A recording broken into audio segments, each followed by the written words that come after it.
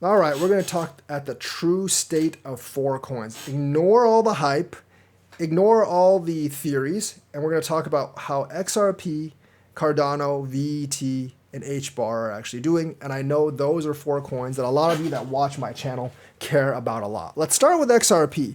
It's not doing bad. It's actually doing pretty well right now. The price doesn't really reflect it, but that's because people have overhyped expectations for price based on BS theories about how it's taking over the entire financial market or it's taking over derivatives and all that. None of that's actually true. But what is true is that it has won the lawsuit. There's more legal clarity for it, and there's going to be more legal fights ahead. But the worst part of the legal non-clarity, the legal fight is actually over because I don't think the appeals are actually going to work. Now, I know a lot of you are saying, oh, but it's going to go to several $100s pretty soon. It's really not because, a lot of people, those same people were saying that you're going to see the true value of XRP soon after the law case is over. It's been about 2 months since the law case is up. And you're seeing the true value right now. It's around 50 cents. It's not really that much higher right now. What you're seeing on the market is the correct price. It's not a suppressed price or anything else. The lawsuit might have been suppressing it, but they basically won the lawsuit, and no one really expects the appeal to actually work. So I don't really think it's being suppressed by the SEC anymore. So the fact that it's like 51 cents after the lawsuit, that means it's actually 51 cents. And I don't think adoption or partnerships are really ever going to affect the price. Most of XRP's growth has been outside the United States, and those banks could have come in anytime. And obviously, since the case is over and like these big banks didn't just rush to jump in, that hype was also fake as well. Much like all the other hype about XRP, it's mostly fake. I mean, there's partnerships. They don't really use XRP, and they only use Ripple to some limited quantity. So the thing is, like, ODL volume, according to Brad Garlinghouse himself, has basically gone like 100x or more in the last 5 years, despite the North American ban, and yet it had zero effect on price. So from that, if ODL's gone 100x, is transferring billions of dollars per year or tens of billions per year, you're kind of almost reaching a ceiling for that right now in terms of like remittance value. Because yes, the global remittance value is like projected to reach like 1.3 trillion per year, but a lot of that is actually in the bigger corridors is actually being taken care of by the large banks themselves using either traditional rails with new blockchain technology or traditional rails with traditional technology. They've actually experimented with things like Swift Go, Swift Instant, and other technologies that can help them settle immediately, not just pay immediately, but settle immediately without the help of an intermediary coin. You don't need a bridge coin to settle instantly. They have the electronic technology, the digital technology to do that. My guess is they've had it for like decades at this point, but Ripple and other blockchain technology has just forced them to actually bring it out. So they're going to take care of most of that industry with their own ways to doing that stuff. Ripple itself is going to be useful in the corridors where those players don't really exist, in the smaller, less liquid corridors. But that market is kind of limited, and you're already doing tens of billions of dollars a year. You might be able to increase that maybe 3, 4, 5 times more, but overall you're going to hit a ceiling fairly quickly since you've already increased it by so much. And since the price really hasn't been affected now, those partnerships, they're never really going to affect price. I know a lot of people are getting excited about the Ripple and the derivative stuff. That's really a nothing burger. Remember, they were on the FATF Council since 2017 or something, and they didn't end up using XRP. They were also on the FedNow Council, and FedNow does not use XRP either, nor has any processors actually using XRP in the future. I know there's been a lot of hype and a lot of like made up garbage about like how FedNow is going to adopt XRP. None of that's real, and like a lot of the XRP developers have actually come out and say like, yeah, that's not going to happen, and it's just basically a lot of influencer hype. So like the derivatives thing is a lot of hype, but it's unlikely that much will actually materialize from it. But that doesn't mean XRP doesn't have potential for growth. The main potential for growth for XRP lies within a update that might be coming soon, and that's XLS 30. That will give the automated market makers, and that will give liquidity pools for XRP and allow you to do maybe your own XRP DeFi. And that will actually be very, very big. Now, I'm not really sure if it's going to operate in the same way as other DeFi liquidity pools or other DeFi protocols in terms of DeFi farming. If it's just as simple to use, and it's just as investor friendly, I do think like XRP with its big community can actually lock a decent amount of TVL. And with that TVL, I do think the price can actually grow. It might stabilize above $1. even in the bear market, and then in the bull market, it might be able to go to $5 for such a coin. I actually see XLS30 as the key for XRP to getting to $5, not really any of these partnership things. The partnership things are not going to push it to $5 plus. XLS30 is what's going to push it to $5 plus if you can get the liquidity pools to actually be really popular, if you can get the DeFi to be really popular, because that stuff is what's going to drive the next bull run. It's not industrial utility. That's not really going to come into play for several more years, if ever. And my guess is it's never really going to come into play into driving the coin price, because that was never the intended coin design for any of these coins. So realistically, like, you need to focus in on this XLS30. The We Twin like hooks thing is kind of weird, because you need like a fork, and then you need to burn XRP to get XRP plus. I'm not really sure how many people are actually going to do that, so I'm not really sure how big of an effect that hooks could be. If hooks was actually on the primary XRPL chain, I believe that it could actually be pretty big.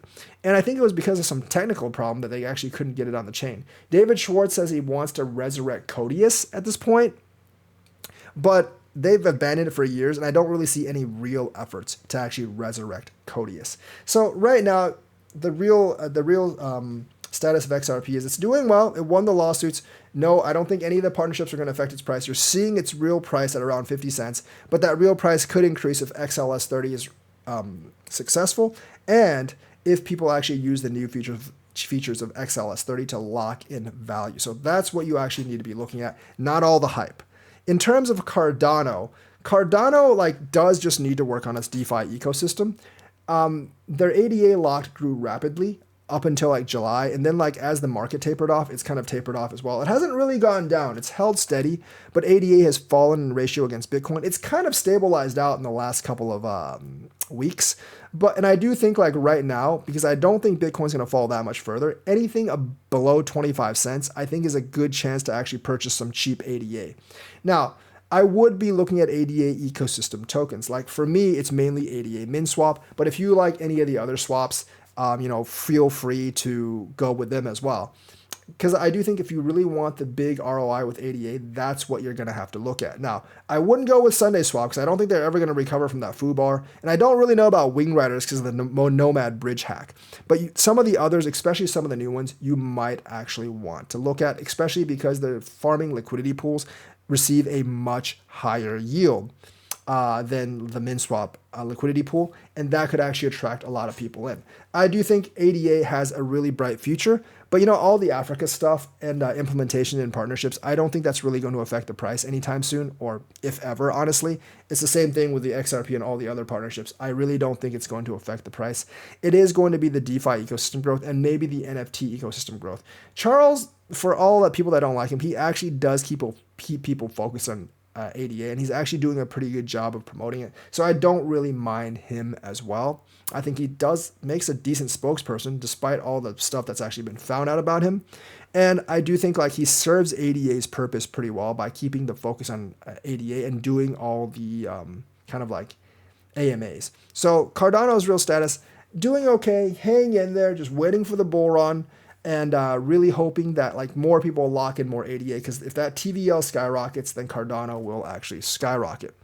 Vechain just got a huge boost with Coinbase, and it is a huge boost, not just because it pumped like 10-15% and it maintained the 10-15% pump. That's actually not why. That's not really all that important. The real important thing is it finally has a North American on-ramp, a US dollar on-ramp, and that's a lot bigger than the Binance US on-ramp it had. And since Binance.us doesn't have an on-ramp anymore, that Coinbase on-ramp is really important.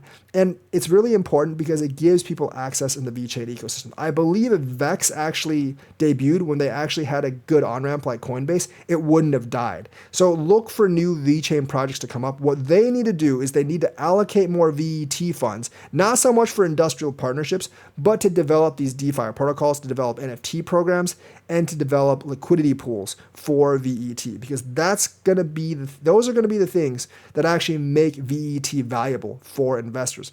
I don't really know about Vex. It just might be dead, unfortunately. But if Vex does revive, I'm definitely converting everything out of Vex back into VET and bolstering my positions in VET. Because I do think with the Coinbase listing, with the new liquidity, I do think there is a lot of potential for growth for VeChain And also for the VeChain ecosystem, you might want to look at coins like Safe Haven, because I do think like with that on-ramp, you can get Safe Haven easier. When you can get Safe Haven easier, people might be interested in investing in it. SHA itself hasn't got listed on Coinbase, but now you can get VeChain and get Safe Haven through a VeChain DEX, and that actually might renew interest in VeChain DEXs. And this is why I have some hope that MinSwap will somehow resurrect sooner, or not MinSwap, but VExchange will resurrect sooner or later. Although my hopes are not high for that. In terms of Hbar, the partnership with Avery Dennison did actually pump it, but a lot like XRP, they have impressive partnerships, but I don't think the partnerships are ever really going to affect the price. They might have a FOMO pump once they're actually announced, but Hbar, once again, is one of those coins that really does need to focus on internal development and DeFi. The whole theme of these four is actually DeFi. Without DeFi, I don't think these are going to achieve very, very high prices. With DeFi, I really think they can go through the roof. But Hbar does scale very well. We've seen it scale well, both just with transactions and with smart contracts. The fact that they're not fully decentralized and they rely on a council of like 40 members or something, it doesn't really matter all that much, as long as you can actually attract people to Hbar's protocol. The tokenomics, I think some people have made like a big deal out of, but I really don't see like what's so bad about the tokenomics right now. Most of their coins are already out in the market, which is better than what you can actually say for most projects. Yes, their staking leaves much to be desired. It's like 2.5% now rather than 6.5%, and that's why some people have like gotten less interest. But it also means that there's actually less coins for people to stake and dump at the same time, so it's not necessarily all a bad thing. So Hbar, I do believe, can still reach $1 in the next bull run, but its status right now is like, yes, there is a lot of partnerships. They will come on board. They might actually produce FOMO. So there's a lot of there's probably more opportunities for trading, because like some of these big partnerships, they will pump Hbar 10, 20% within a day or two. Then you can sell that Hbar and then buy back in later after it falls. And then like if the DeFi ecosystem does take off, which is really small right now, if it does actually take off in the future, Hbar can really, really hit its stride. So those are the true statuses of XRP, VET, Cardano, and Hbar. Once again, they all four of these have like partnerships that seem to be pretty big. But the thing is, like, the partnerships haven't moved their price in the past, and it's very doubtful they'll actually move it in the future.